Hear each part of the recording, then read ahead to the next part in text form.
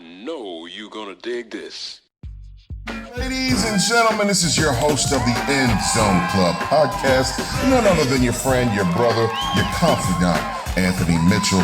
And here at this platform, we have conversations that are wrapped around things we know now we wish we knew when we were younger. Today, I've got something pretty good for you guys, but I'll let you be the judge of that. But before we get into today's episode, I'd like to encourage you to like, rate, share, subscribe, even hit the donate button or the link that's found in the description box associated with this episode. With that said, I'm ready to go live. So let's go in 3, 2, 1.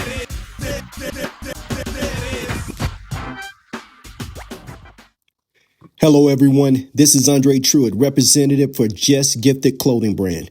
If you have individual talent of any kind, we are talking to you. Join this clothing brand that has built a community of people that encourages others to use their gifts and talents. Man, we are the fastest growing brand that you haven't heard of yet. To find out what we're really about, just go to justgiftedclothingbrand.com. Let me spell that out for you. JUSGIFTED clothingbrand.com. One more time for you. JUSGIFTED clothingbrand.com. Talent in any way, you're just gifted. All right, now that we have heard a word from our sponsors, again, welcome back to the Endzone Club with Anthony Mitchell, your host. And just for about the next 12 to 15 minutes, you guys are going to be here with me. So shout out to you for making it this far into today's episode. But I think the next time you guys hear my voice, I'll probably have a guest on stage. I've had actually a few people reach out about coming on to the platform, and I'm excited about it because I think it's good for repetition, but it's also good to have variety and diversity. So we will be probably bringing a guest on this next episode. So stay tuned for that. Excited. Hand clap of praise. Hallelujah. Thank you, Jesus. But listen, over the weekend, I just have to give you guys a brief recap because those of you who follow us on one of our streams, whether it's through social media, whether it's in real life, or whether it's just because you don't live here, you follow us strictly through the podcast. One thing that we take great pride and joy is that we're not just a podcast. We actually get out in the community and do work. So whether or not we have this podcast, we're still going to have a strong voice in the community because we are very active where we live. I think that's important to note because this is not where I'm going, but I just want to say this as a caveat. I think now a lot of voices are only dominant in one stream or one platform. I'm seeing a lot of motivational speakers that you don't see in their communities. You don't see them speaking at schools. They're just motivational on Facebook only. They get a lot of likes, but you don't know if what they're actually speaking or talking works in real life. Well, one thing about our platform is we actually get out in the community and do the work. And one of the things that we do every year, and we're actually going into year 11 of it, is we have an annual NFL youth camp that we get out for 3 hours and just teach the fundamental skills associated with the game. And I've said this several times over the last few weeks, have had a chance to be on the different news segments speaking about this. I live in the South, and here in the South, everybody can play some kind of sport, or they know somebody that can play some kind of sport. There are a lot of pipe dreams, hoop dreams. There are a lot of stories about guys who had the talent to have gone pro, but for whatever reason, and sometimes in our areas, we're really just now starting to see visibility and getting the recognition that these guys and their talents have afforded them to be seen. They're finally just now developing enough platforms, I feel, to represent Mississippi talent. However, over 11 years, we've hosted a free NFL youth camp throughout various cities. In Tupelo, we've been to Columbus, we've been to Columbia, Mississippi, then back again here to Tupelo. And it's been a great challenge because over time, you've seen the evolution of parenting skills, of generational cultural things. I mean, I don't really know how else to put this, but kids are changing. And I've been in the caveat of seeing that some of the young guys who were first coming to our camps back in 2015, 2016, now they're in college. Now they're fathers. And it's just crazy just to see this full array of development taking place and newer generations, younger generations coming in. So this camp, we had about 60 kids. This was probably, on paper, it looked like a small camp. But if you compare it side by side to years past, the kids were smaller. So when we take our group picture and you see it, which is now posted on social media, it looks like we had a smaller camp, but the reality was we had more younger kids than we've ever had before. And, with kids that have, with younger kids, they get easily distracted. Like if there's a bird flying or there's a car driving by or there's a blade of grass right there. And it looks like it's saying 6, 7. Kids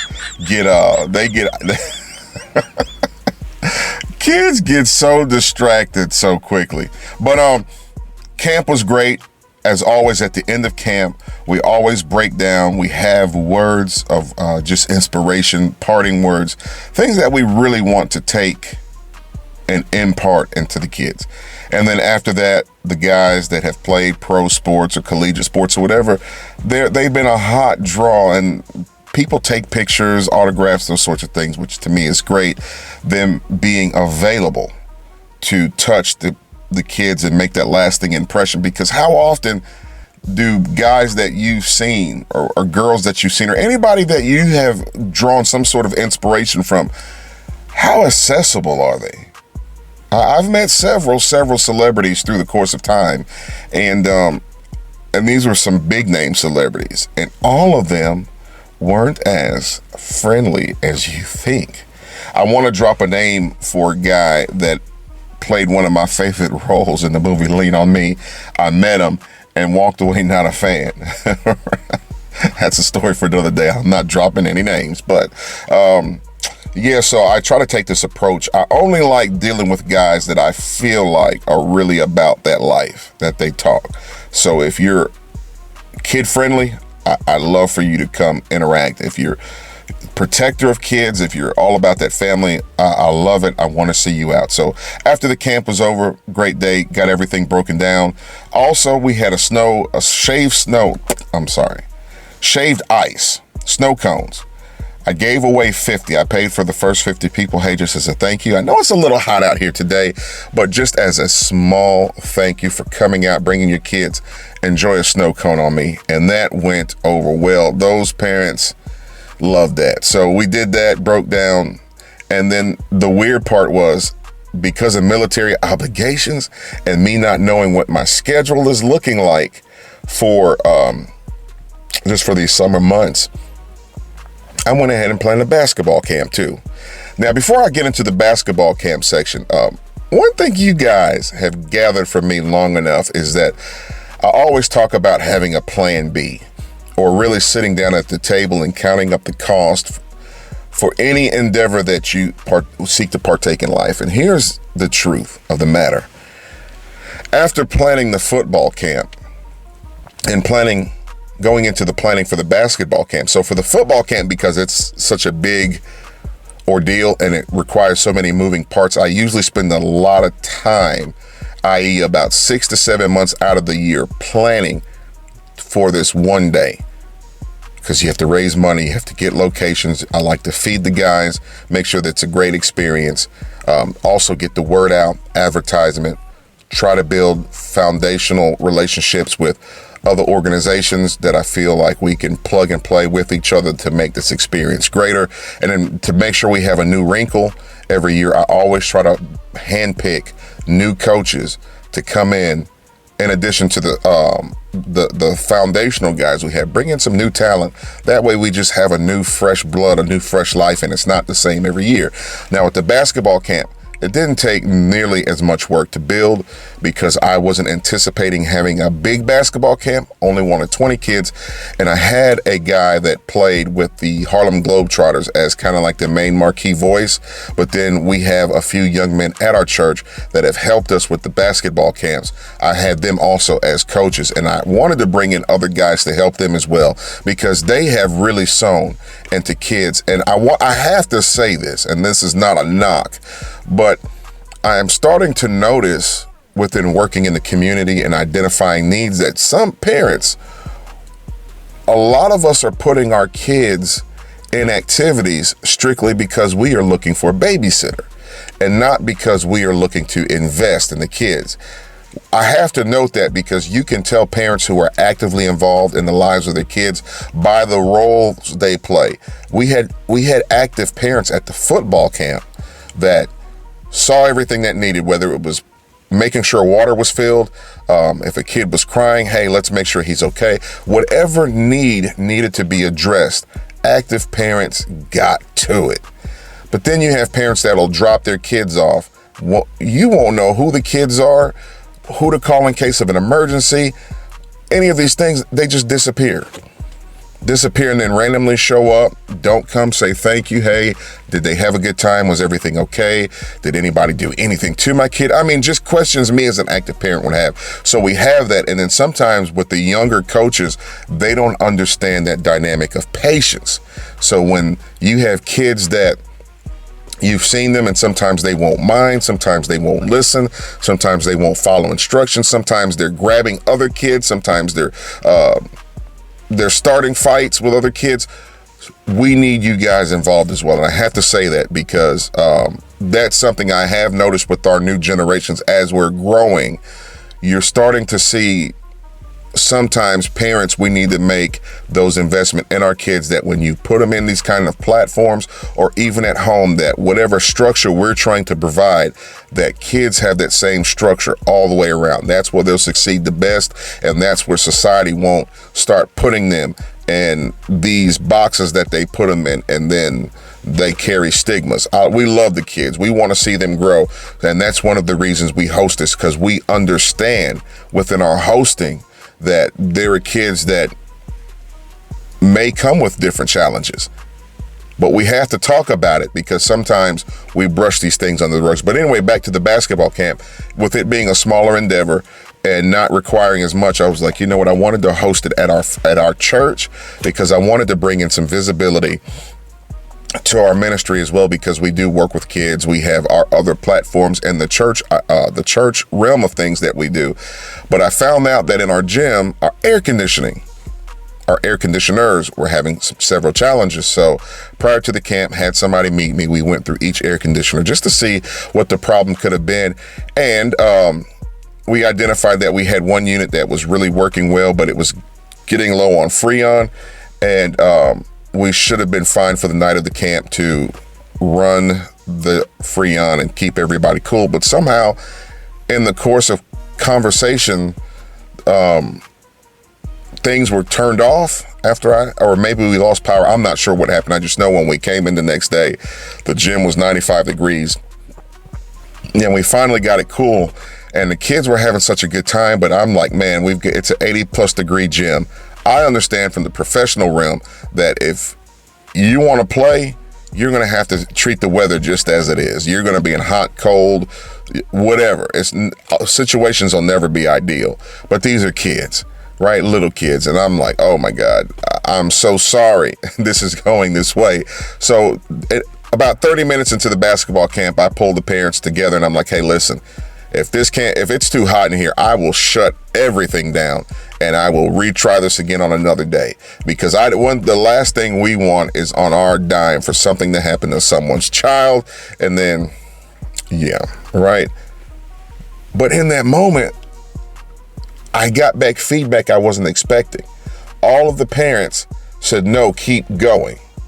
Keep going. They're having a great time. They play outside in hotter weather, and there's plenty of hydration. I mean, the sun's not beaming on them. The temperatures are dropping. We got it to drop to around the 80s, which is not, honestly, it's not really bad, especially when the sun is on you, because I grew up playing in 100-degree basketball weather. We were out there. I was Patrick Ewing, pump faking, with sweat burning my eyes from the salt. But they wanted kids to be kids for a change, and they wanted them to enjoy the experience. So, man, we got out there after that. I kind of felt defeated in the moment after putting together this hard work to put these things together, that it ended like that. But for the experience, the kids had a great time. The kids, they laughed.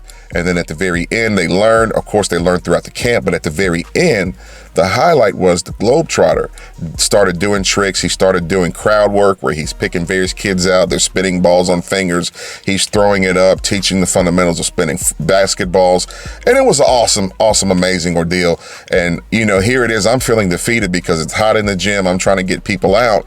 And then 30 minutes after the camp is over, parents are still in there taking pictures and all of these sorts of things with the guys, and they're hanging around. Some parents stayed, helped us clean up. Some of them stepped over trash, kept going. But the reality was, I'm thinking one way about it, and these parents are thinking another way.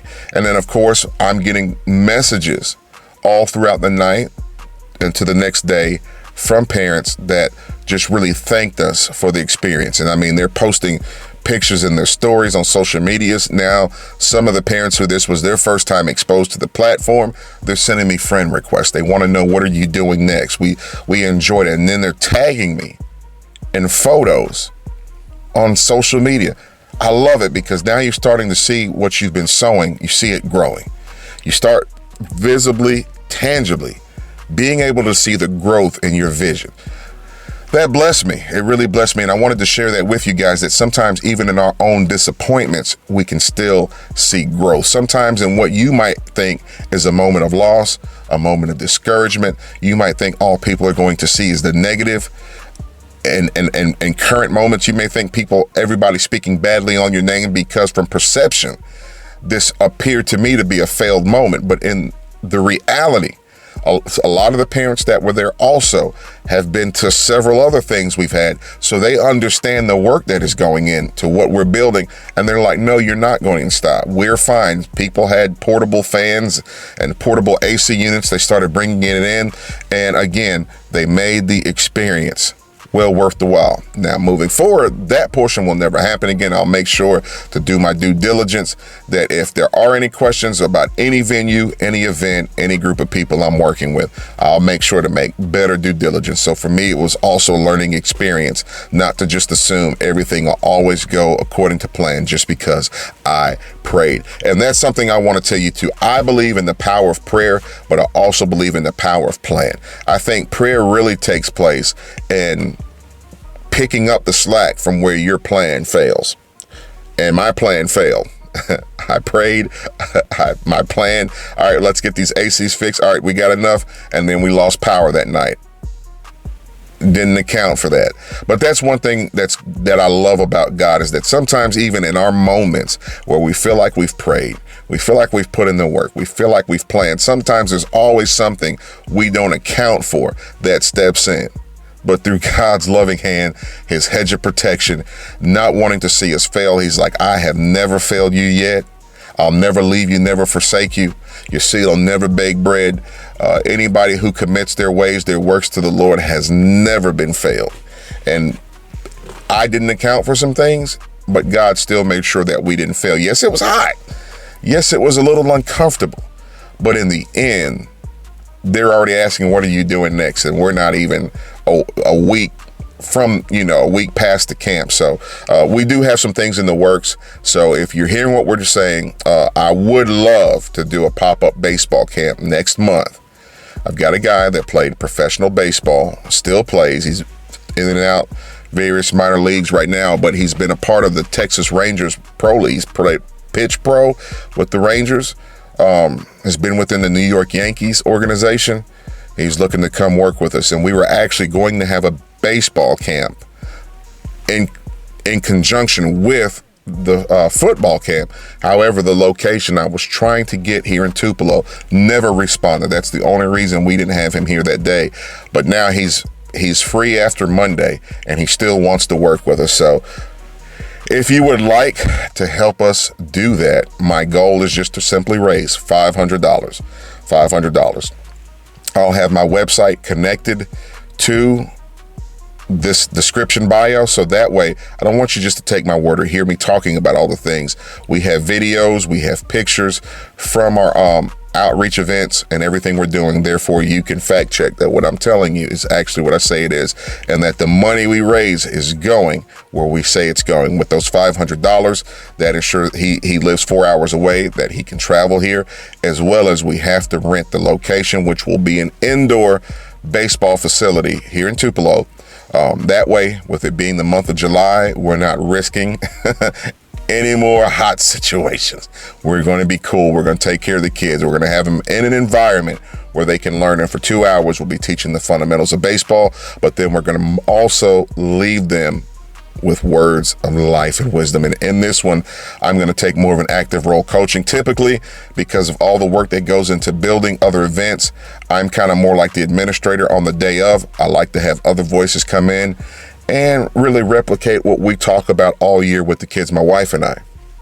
With this one, I want to do something smaller where it can be more intimate. I can get my hands on some of the kids. And even as the master sergeant that I am, I would like to also do some motivational speaking to the kids in conjunction with the young guys that I have coming out. So if you want to see that, please, I'll include the links in the bio. But thank you guys for listening. This is your host for the Endzone Club Podcast. I think we're in season 5.